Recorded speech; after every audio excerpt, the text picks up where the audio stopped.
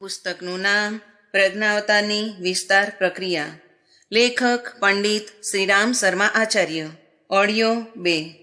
ફોટોગ્રાફીથી માત્ર આકૃતિને લગતી જાણકારી મળતી નથી, બલકે એના ગુણ, કર્મ, સ્વભાવના સંબંધમાં ઘણું બધું જાણી સમજી શકાય છે. આ જાણકારી માત્ર વસ્તુ સ્થિતિને જ દર્શાવતી નથી, બલકે ભાવિ સંભાવનાઓ તેમજ વીતેલી ઘટનાઓનો આભાસ પણ આપે છે. સાધારણ રીતે તો આ આંકણી ભિન્નતા સૂચક ચિત્ર વિચિત્ર જાણકારી જ આપી શકે છે, પરંતુ જેમને એના સૂક્ષ્મ દર્શનનું જ્ઞાન છે તેઓ એ પણ શોધી કાઢે છે કે આવનારા દિવસોમાં કેવા શુભ અશુભ ઘટનાક્રમ સાકાર થવાના છે. આને આધારે કઠણાઈઓનું નિરાકરણ જ નહીં, સુખદ સંભાવનાઓને વધુ સારી રીતે ફલિત કરવાની બાબતમાં માર્ગદર્શન આપી શકે છે. કોઈ પણ ઘટનાક્રમ અનિવાર્ય કે અકાટ્ય નથી, એ સૌના ઉપાય ઉપચાર છે. કેટલાય રોગો અસાધ્ય કે કષ્ટસાધ્ય ગણવામાં આવે છે, પરંતુ એવું નથી કે એનો ઉપચાર હોઈ જ શકે નહીં. મનુષ્યને પોતાના ભાગ્યનો વિધાતા આ દ્રષ્ટિએ જ કહેવામાં આવ્યો છે કે એ જ્યાં નસીબથી પ્રેરાય છે ત્યાં એનામાં એક ક્ષમતાના બીજ પણ મોજૂદ છે કે નિવારણ કરવાના ઉપાય શોધી શકે, બનનારને ટાળી શકે અને પ્રતિકૂળતાને અનુકૂળતામાં બદલી શકે. આ દ્રષ્ટિએ આ સૂક્ષ્મ વિદ્યાઓની ઉપયોગિતા પણ છે. જો પરિવર્તન સંભવ હોય નહીં તો મનુષ્ય ભાગ્યચક્રની કઠપૂતળી માત્ર બનીને રહી જાય. થોડી વધારાની પૂછપરછ. 21મી સદીની અવધિ અનેકાનેક પડકારોથી ભરેલી છે. નદીનો પ્રવાહ અને હવાની દિશા બદલવાનું સહજ હોતું નથી. એ મુશ્કેલીઓમાંથી પણ મનુષ્ય જ પાર ઉતરી શકે છે, પણ એટલું ચોક્કસ છે કે એની પ્રતિભા અસાધારણ હોવી જોઈએ. સાધારણ યોગ્યતાથી એમ કરવાનું દુઃસાહસ જ મનાશે અને જોખમી પણ. અખંડ જ્યોતિ પરિજનોની આવડી મોટી ભીડ કંઈ આકસ્મિક જ એકઠી થઈ નથી. અમુક રુચિનું પઠન પાઠન કરવાનું કુતૂહલ જ એમને એકત્રિત થવાનું કે એક સૂત્રમાં બાંધવાનું કારણ નથી, પરંતુ એની પાછળ કેટલાક રહસ્યમય કારણ પણ કામ કરી રહ્યા છે. મરજીવો ઊંડા પાણીમાં ડૂબકી મારીને મોતી મેળવે છે. હીરા માણેક મળે છે તો ખાણોમાં જ, પરંતુ એને કોઈ ગમે ત્યાં ખોદકામ કરીને મેળવી શકતું નથી. દુર્લભ જડીબુટ્ટીઓ લાંબી શોધ પછી કોઈ વિશેષ ક્ષેત્રમાં જ મળી શકે છે. નજીકના ભવિષ્યમાં કેટલાયને કેટલી મોટી ભૂમિકા નિભાવી શકવાની ક્ષમતાથી સંપન્ન કરવાના છે. દરેક કામ દરેક આદમી કરતો નથી. ભારે વજન હાથી જેવું સમર્થ પ્રાણી જ ઊંચકવામાં સફળ થાય છે. નાના કદના પ્રાણી માટે એનું ઉપાડવાનું તો દૂર રહ્યું, પરંતુ વધુ પડતા ભારથી એમનું પોતાનું જ કચુંબર થઈ જાય. દરેક મનુષ્ય બધી ક્ષમતાઓથી સંપન્ન નથી. રામાયણમાં હનુમાનની અને મહાભારતમાં અર્જુનની જે ભૂમિકા રહી એને એ દિવસોમાં ઉપસ્થિત વ્યક્તિઓમાંથી અન્ય કોઈ સરળતાથી પૂર્ણ કરી શકત નહીં. મનુષ્યની સમર્થતામાં સંદેહ નથી, પરંતુ સંચિત સુસંસ્કારો, પ્રતિભા અને તપ સંપદા વિના સૌ કોઈ ઈચ્છે તે કરી શકે એવું નથી. એ જ કારણ છે કે દરેક હેતુ માટે પાત્રતા જોવામાં આવે છે અને જે કામ જે કરવા યોગ્ય છે એને જ સોંપવામાં આવે છે. સેનાપતિના પદ ઉપર સૌ કોઈની નિમણૂક કરી શકાય નહીં. એની બલિષ્ઠતા, હિંમત, કુશળતા તેમજ પ્રતિભા આદિ ગુણોને પણ જોવામાં આવે છે. હવેના દિવસોમાં અનેકાનેક એવા ક્ષેત્ર સામે ઊભા હશે જેમાં વિશેષ પુરુષાર્થ કરવાની આવશ્યકતા રહેશે. એ સાધારણ લોકો કરી શકે નહીં. આ સાધારણ અને અસાધારણની પસંદગીનું અત્યારથી ધ્યાન રાખવું પડશે. મોટા નિર્ણય એકલા લઈ શકાતા નથી. પ્રતિભાઓની પરખ પ્રતિસ્પર્ધાઓની કસોટી પર થતી રહે છે અને જેઓ અનેક વખત પોતાની શ્રેષ્ઠતાનો પરિચય આપે છે તેમને જ દુર્ગમ મોરચો સંભાળવા માટે નિયુક્ત કરવામાં આવે છે. બાકીના ઉતરતા મોરચા પર ઉતરતા લોકોને મૂકીને કોઈ રીતે કામ ચલાવવામાં આવે છે. હવેના દિવસો આવી જ અનેક કસોટીઓ અને પડકારો સાથે લઈને આવી રહ્યા છે. આ સંદર્ભમાં અખંડ જ્યોતિ પરિજનોની શોધખોળ અત્યારથી જ આરંભી દેવાઈ છે. આમ તો આ સામાન્ય લોકોની તુલનામાં અસામાન્ય સમજીને જ એકત્ર કરવામાં આવ્યા છે. આ દિવસોમાં છીછરા સાહિત્યમાં છીછરા સ્તરના છીછરી અભિરુચિના લોકોને આકર્ષણ છે. એમને ઉત્કૃષ્ટતાનું મહત્ત્વ સમજવાનો ઉત્સાહ જ આવતો નથી. કહેવા સમજાવવાથી પણ તથ્ય ગળે ઉતરતું નથી. આ જ કારણ છે કે ઉચ્ચ સ્તરનું વિવેકશીલતાનું પ્રતિપાદન કરનારું સાહિત્ય લગભગ નહીં જેવું જ ખરીદાય વેચાય છે. લોકો એને આગ્રહપૂર્વક આપવાથી કે મફત વાંચવા પણ તૈયાર થતા નથી. જેમાં રુચિ હોય નહીં એના માટે સમય કોણ બગાડે, માથાકૂટ કોણ કરે? આ જ કારણે અખંડ જ્યોતિના વિષયના અન્ય સામયિકો થોડો સમય નીકળ્યા પછી બંધ થઈ જાય છે. જે નીકળે છે તેની સભ્ય સંખ્યા કેટલાક 100 સુધી જ સીમિત રહે છે. એ પણ જાહેરાતો છાપવાની નીતિ અપનાવ્યા પછી જ કોઈ રીતે નાવ કિનારે પહોંચે છે.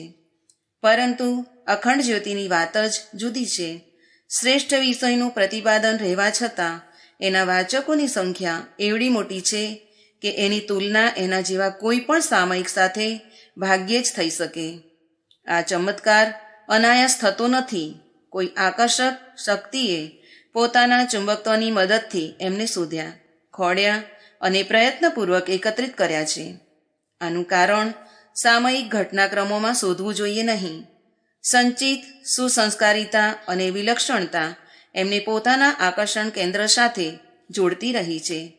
સશક્ત ચુંબકની આસપાસ લોહકણ આકર્ષિત થઈ ખેંચાઈ આવે છે અને એ સ્થાન પર એકત્રિત થઈ જાય છે. આવું જ કંઈક અખંડ જ્યોતિના પાઠકો વિશે થયું છે. આ પ્રસંગને લેખન, પ્રકાશન, વાંચન કે સાહિત્યિક ક્ષેત્ર સુધી સીમિત કરવો જોઈએ નહીં.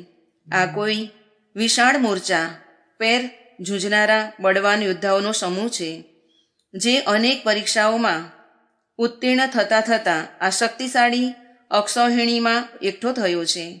અને સાહિત્યની વિશાળતામાં ઉતરીને સમજવું હોય તો એ જ નિષ્કર્ષ પર પહોંચવું પડશે કે થોડી વિશેષ ક્ષમતા સંપન્ન મધમાખીઓ આ મધપુડામાં રાણી માખીના અનુશાસનમાં રહેવા ખેંચાઈ આવી છે અને આ રીતે સઘનતાપૂર્વક ગૂંથાઈ ગઈ છે. જાણે જન્મ જન્માંતરોથી એક સૂત્રમાં બંધાતી આવી હોય. જેમ સ્નેહ સૂત્રમાં આત્મીય લોકો બંધાયેલા હોય છે, એનું નિરંતર પરીક્ષણ પણ થતું રહે છે. પરિજનોને એમાંનું શક્તિ સામર્થ્ય જોતા સમય પર એવા આદર્શવાદી કામ સોંપાતા આવ્યા છે, જેમાં સરેરાશ આદમીની રુચિ લગભગ હોતી નથી. તેમનું પણ આટલી તત્પરતા અને તન્મયતાથી સાથ નિભાવતા રહેવું એ જ તથ્યની પરિપુષ્ટિ છે કે આ રસ્તે ચાલતી ભીડ નથી, પરંતુ આ કોઈ વિશેષ ઉદ્દેશ માટે વિશિષ્ટ પરિજનોનો સમુચ્ચય છે. સ્પષ્ટ છે કે 21મી સદીના ઉત્કૃષ્ટ આદર્શવાદી મોરચા પર ઝઝૂમીને લડનાર પ્રચંડ યોદ્ધાઓનો આ પરિવાર છે. એની તાલીમ લાંબા સમયથી ચાલી રહી છે. પત્રિકા લગભગ 52 વર્ષોથી ચાલે છે. એના પાઠકોમાં અધિકાંશ એવા છે જેઓ આરંભથી જ આજ સુધી મિશન સાથે ઘનિષ્ઠતાપૂર્વક જોડાયેલા છે અને એકરસ પ્રશિક્ષણ એકાગ્રતાથી પ્રાપ્ત કરી રહ્યા છે. ઉત્કૃષ્ટ આદર્શવાદની વિચારધારા એમની નસે નસમાં રમતી થઈ ગઈ છે. આમ અખંડ જ્યોતિના સ્થાયી સભ્ય હોવું પણ એ વાતનું પ્રત્યક્ષ પ્રમાણ છે કે 21મી સદીની સાથે જોડાયેલા ઉજ્જવળ ભવિષ્યની સાથે એમનો પોતાનો સંદર્ભ પણ ક્યાંક ને ક્યાંક ઘનિષ્ઠતાપૂર્વક જોડાયેલો છે. એમણે કંઈક એવું કરવાનું અને બનવાનું છે જેને સાધારણ મનુષ્યે અનુકરણીય અને અભિનંદનીય કહેવું પડે. અસ્તુ. પરિજનોના સરનામા સાથે 3 બીજા દિવ્ય આધાર સંકલિત કરવામાં આવી રહ્યા છે. 1. જન્મતિથિ, સ્થળ અને સમય. 2. વર્તમાન સમયનો ફોટો. 3. હસ્તરેખાઓનું અંકન.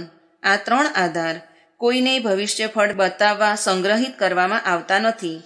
આનો ઉદ્દેશ માત્ર એટલો જ છે કે આને આધારે પરિજનોની વિશિષ્ટતા નોંધી શકાય અને જ્યારે જે કરવાનું છે એને માટે સંકેત તેમજ માર્ગદર્શન આપી શકાય. એની સાથે જ વિશેષ પ્રયોજનોમાં પોતાનું અંગત વિશેષ યોગદાન આપવાનું પણ છે, જેનાથી મુશ્કેલીઓને સરળ અને સુસંભાવનાઓને વધુ ઉત્સાહપૂર્વક અગ્રગામી બનાવી શકવાનું સંભવ થઈ શકે. દેવી સહાયતા પણ અપેક્ષિત. મનુષ્યના પોતાના પુરુષાર્થ, જ્ઞાન, સૂઝબૂઝ વગેરેનું મહત્વ છે. લગભગ એના જ આધારે લોકો ઉપર આવે છે કે ઉણપ રહેવાથી નીચે પણ પડે છે.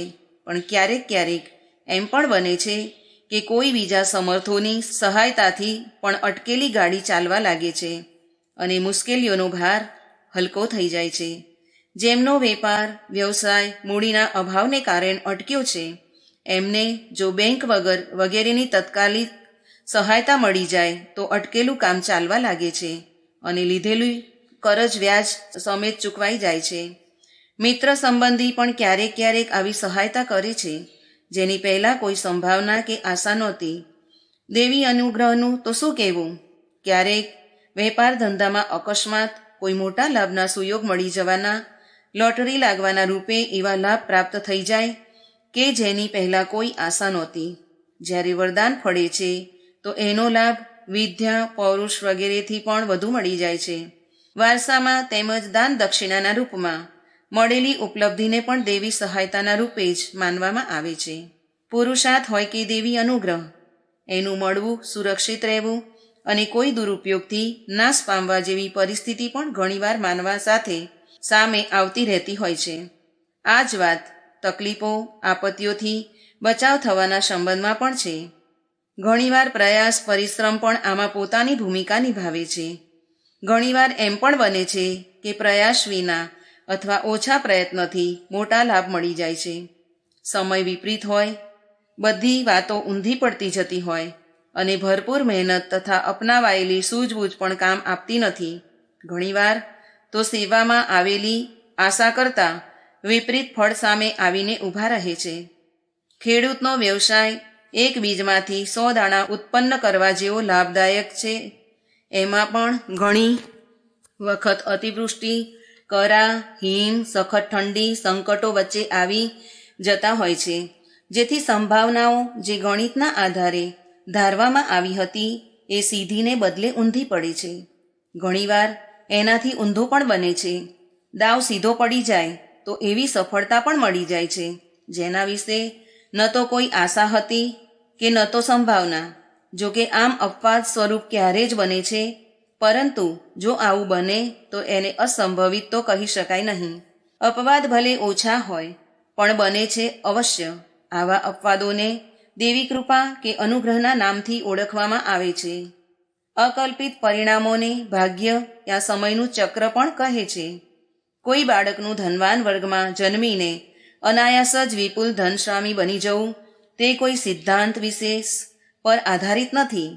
આને ભાગ્યોદય જ કહી શકીએ.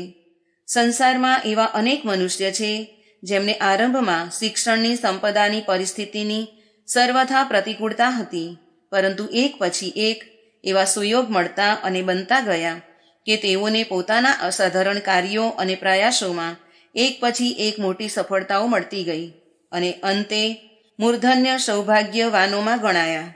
દુર્ઘટનાઓ, વિપત્તિઓ, હાનિ, પ્રતિકૂળતાઓના ક્યારેક એવા કુયોગ આવી પડે છે કે જેમાં કોઈ દોષ પ્રત્યક્ષતઃ દેખાય નહીં તો પણ ન જાણે ક્યાંથી અને કેમ એવા સંકટ આવીને ઊભા રહે છે કે બધું નષ્ટ થઈ જાય છે.